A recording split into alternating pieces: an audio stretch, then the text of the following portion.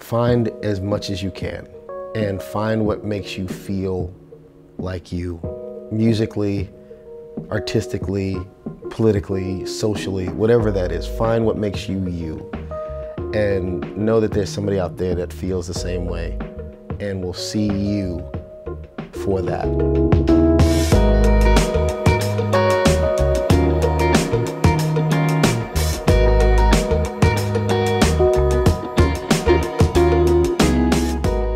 Cory, thanks so much for joining us. Thank you. We have this opportunity to sit down with you. I want to hear your story because between singing, playing guitar, and acting, you are able to balance an amazing amount of skills. And I think this is what this session is about, to be able to have these kids be able to listen to and learn how you make this all happen. Well, it took work, took a lot of work. Yeah.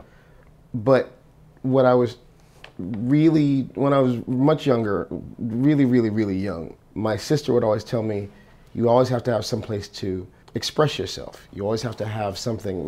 You were talking about influences. And my biggest influences were my family, my brother and my sister, my father and my mother, all big influences for specific reasons. That's has been my motivation. It's been my most ardent motivation this is the best way I know how to speak my truth. And that is the most important thing for me. That's absolutely beautiful. So how did music and acting step into your world at a younger age? My family have an artistic leaning. My sister was an actress. My brother was an actor and a singer. My parents both sort of sang, but not really professionally and not past, church and that kind of thing. I'm the youngest of 3 children, and my house is filled with music, and my house is filled with art. We'd go to Broadway every month. We kept this going. Nice. And I tell a story all the time. Like, my parents took me to go see Jesus Christ Superstar. I saw Carl Anderson and said, I want to do that, right? I have similar stories like that. My brother took me to go see James Brown at the Apollo. I was maybe 6, 7 years old. I had no idea what was going on. He's screaming, he's jumping up and down, people are throwing clothes at him. I don't get it, I don't understand. Jump cut 20 years later, I'm doing it for a living, right? So there always been these sort of touchstones to my life, and as I saw them, I tried to emulate them in some way. And as I looked at it, I figured out that it's not them I'm trying to be, it's me I'm trying to be. I found a way to be me through these things. Interesting.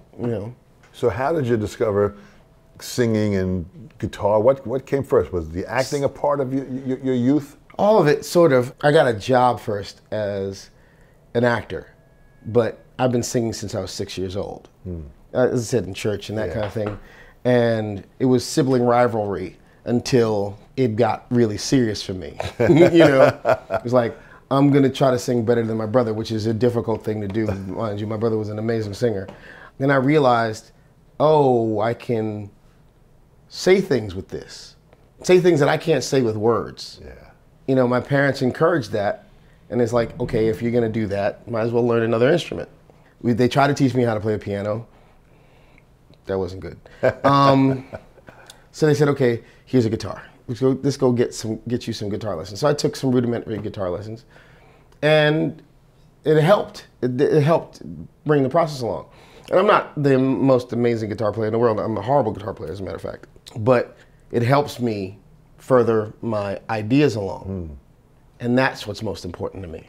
So the guitar is more of a tool to get that next level of your expression out. Absolutely. Absolutely. Interesting. So when did you start playing professionally? Professionally, I would say I started when I was a teenager. About 14, 15 years old, I decided I was going to be an actor. Nice. So I went to a school of the arts. I went to one of the schools up here on the east side on 68th Street at Town Unlimited. I got my first job as an actor doing commercials. Nice. I thought it was going to be difficult. It really wasn't that difficult to do. And I thought to myself, I can do this for a living. I could do this for the rest of my life if I wanted to. Turns out it became more difficult as I got older because to me it was just, oh, you go to see somebody, you say something funny, you be cute and charming, and they give you a job, maybe.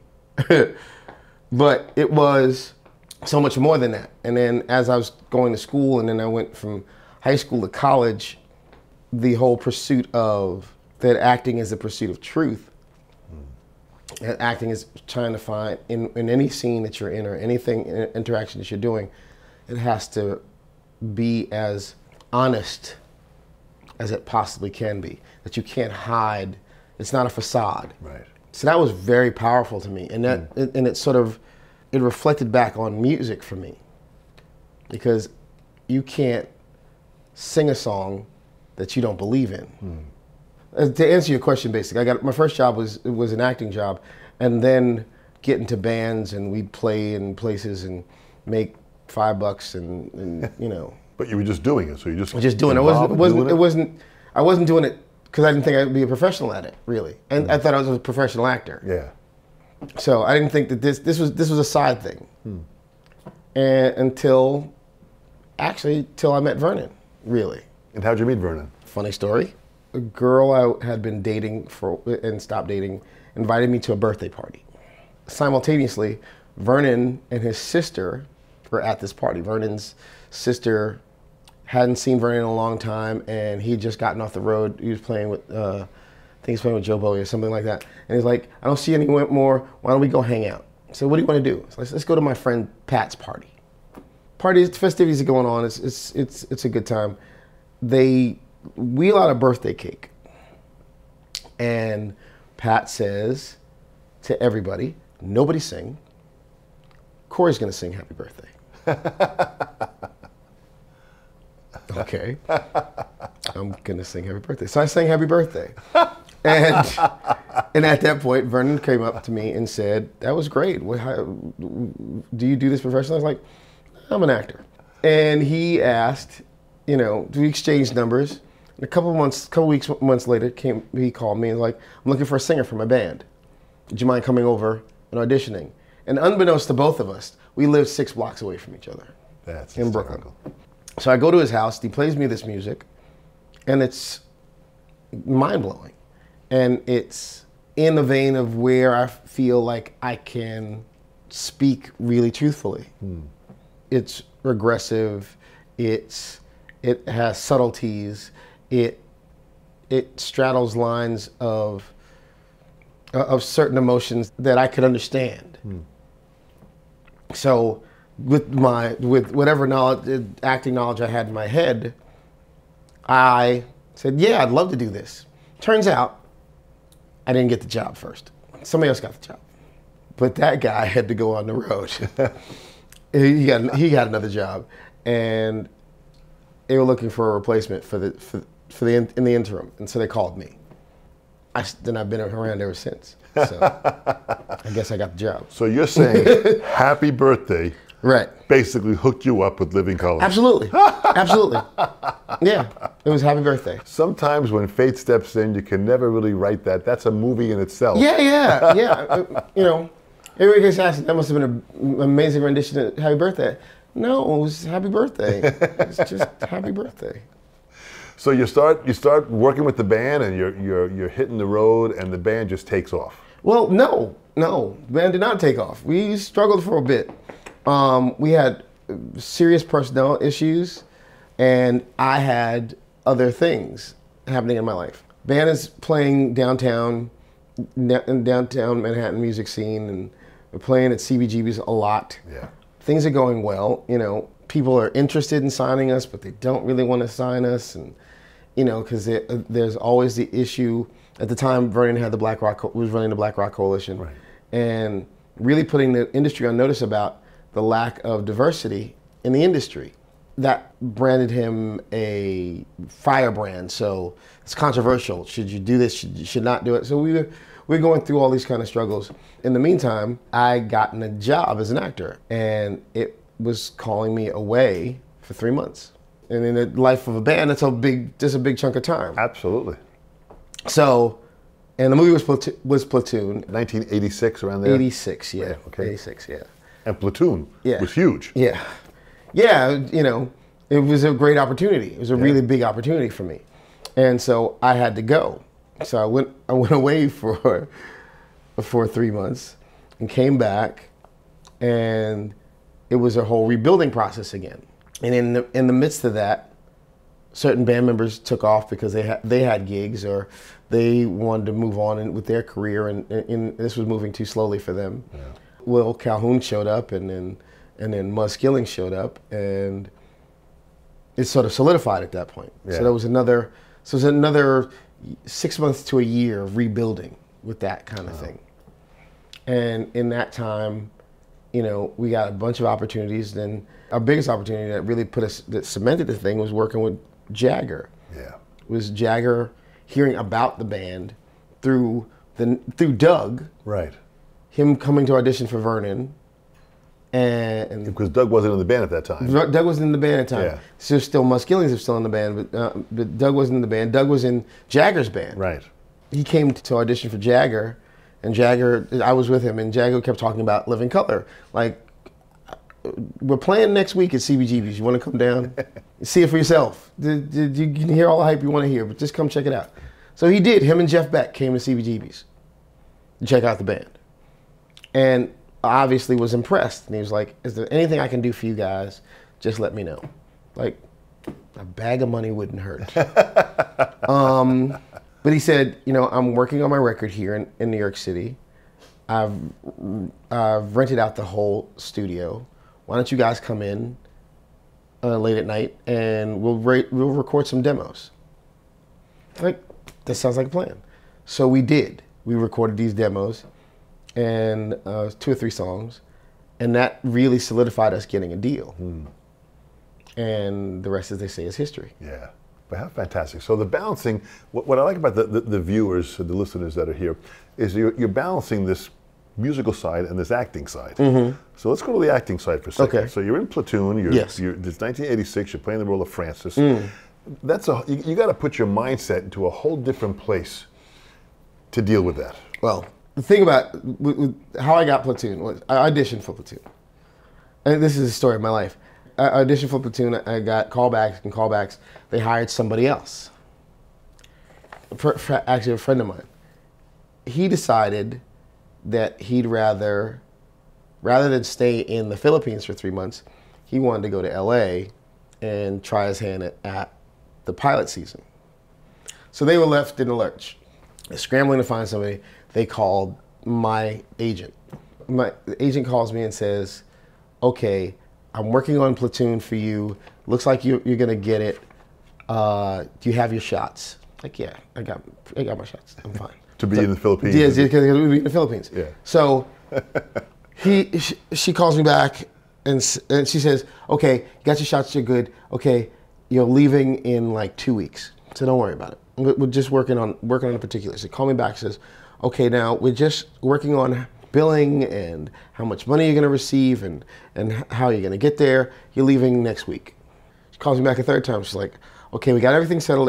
We got exactly where we want it to be. You're leaving tomorrow. Hello. Yeah. So Monday morning, I'm in my house in Brooklyn, in my parents' house in Brooklyn. And Tuesday, I'm on a plane to the Philippines. And it was a whirlwind because the rest of the cast and crew had already been there for a couple of days. I get off the plane. They take me to the hotel for a half a day.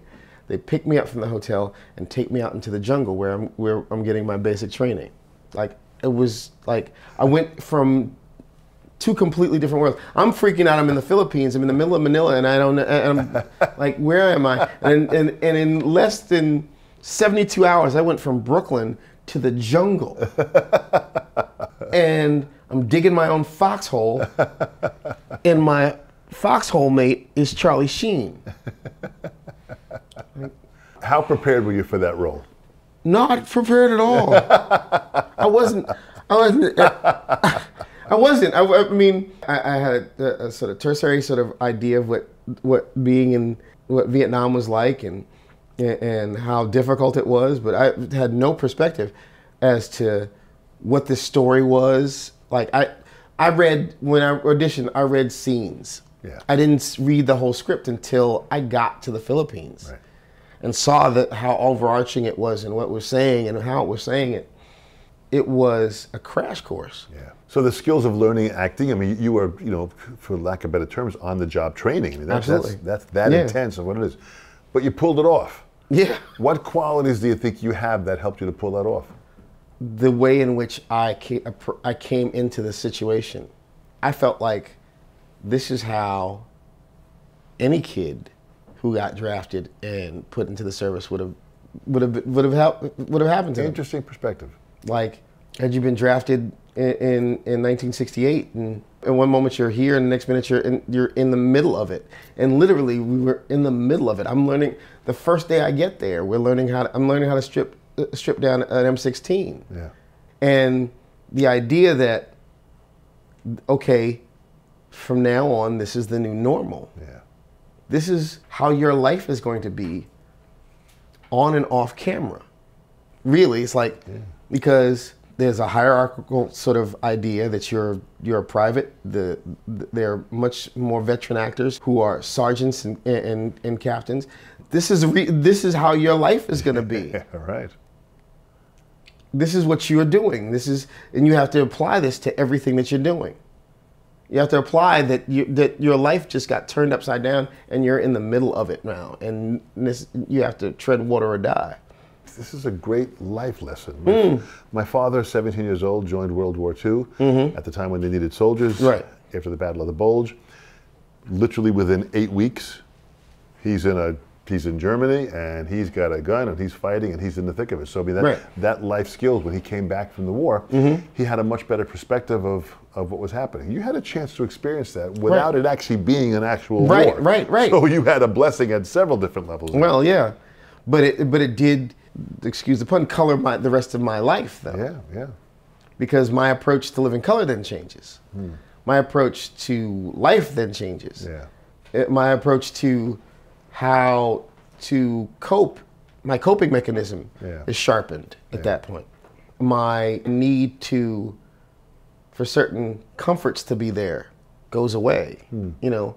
And, you know, all this coincides with being, you know, 22, 23, 28, 24 years old. So there are changes going on in your life to begin with, and then to get this lesson that's going to take you to for the rest of your life at this pivotal point in your life is amazing. Right. Boy, it's kind of interesting to see that so you come back, Living Color now starts to gear up what it's doing.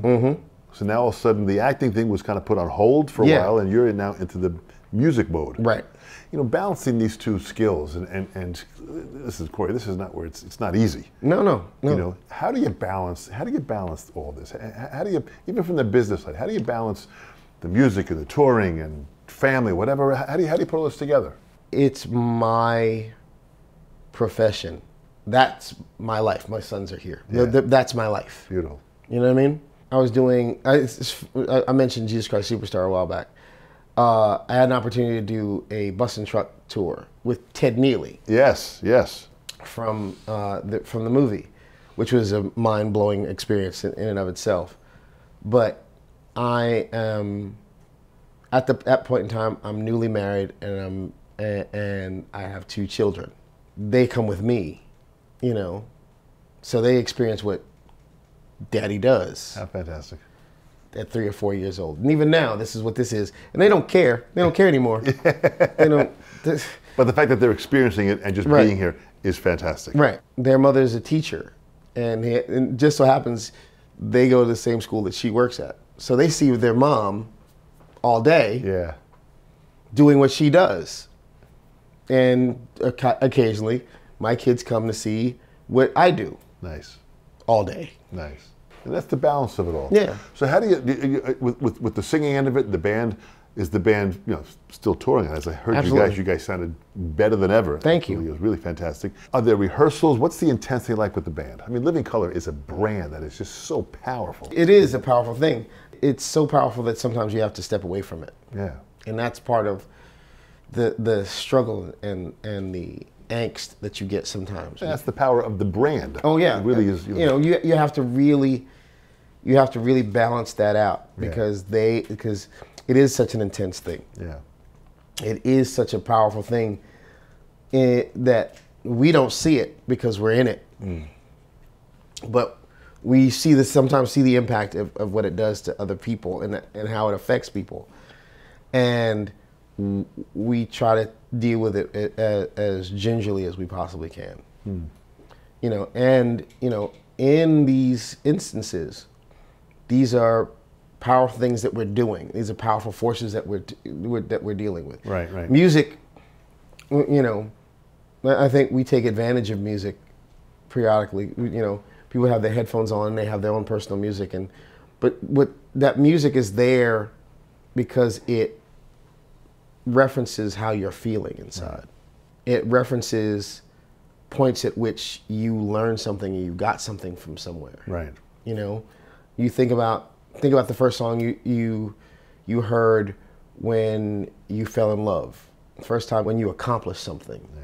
What song was playing when your children were born, or you discovered something about yourself, and that seminal piece of music that sort of brings you right back to that sort of thing. Sure. We are woefully underserved when we don't take real care of music. And we don't treat music with as much, that it's not disposable. Music is not disposable. Absolutely. Music is integral, and no one can tell you that better than I can. Because, you know, we're a band that has that song that sort of encapsulates a lot of different things for a lot of different people. Yeah.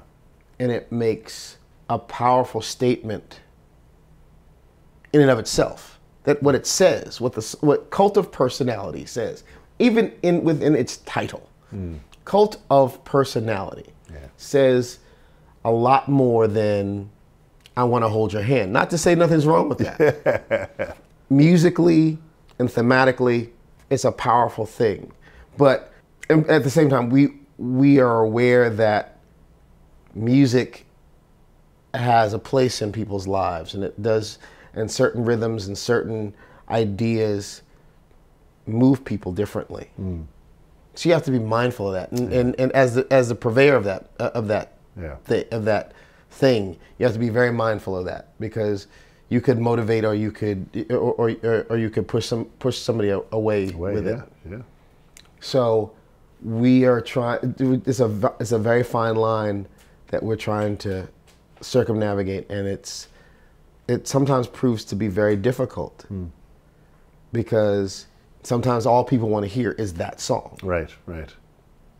Not aware that there's a body of work, but that song has, in and of itself, has a thing that you have to deal with when you play it and when you sing it and when you listen to it, that stirs up a lot of stuff in a lot of people.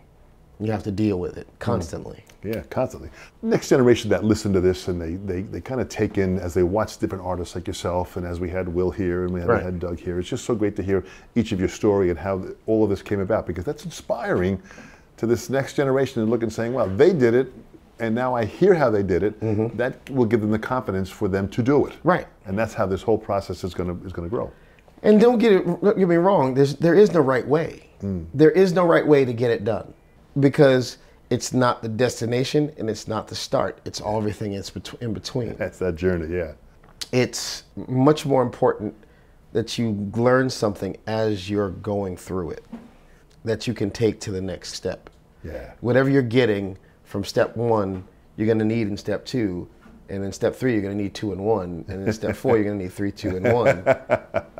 You know, so you're gonna know that all the things that you want to do, and I'm not necessarily music, because my father taught me a very powerful thing, that what you do, how you do it, is a reflection of your education, and not education like school education, but what you've accumulated over the years and what you've retained and use. And in terms of some academia, everything you've read, everything you've dealt with, even the algebra and geometry and whatever, history, whatever it is, it's all going to affect how you move down the road. You have to take a particular sort of look at that all the time.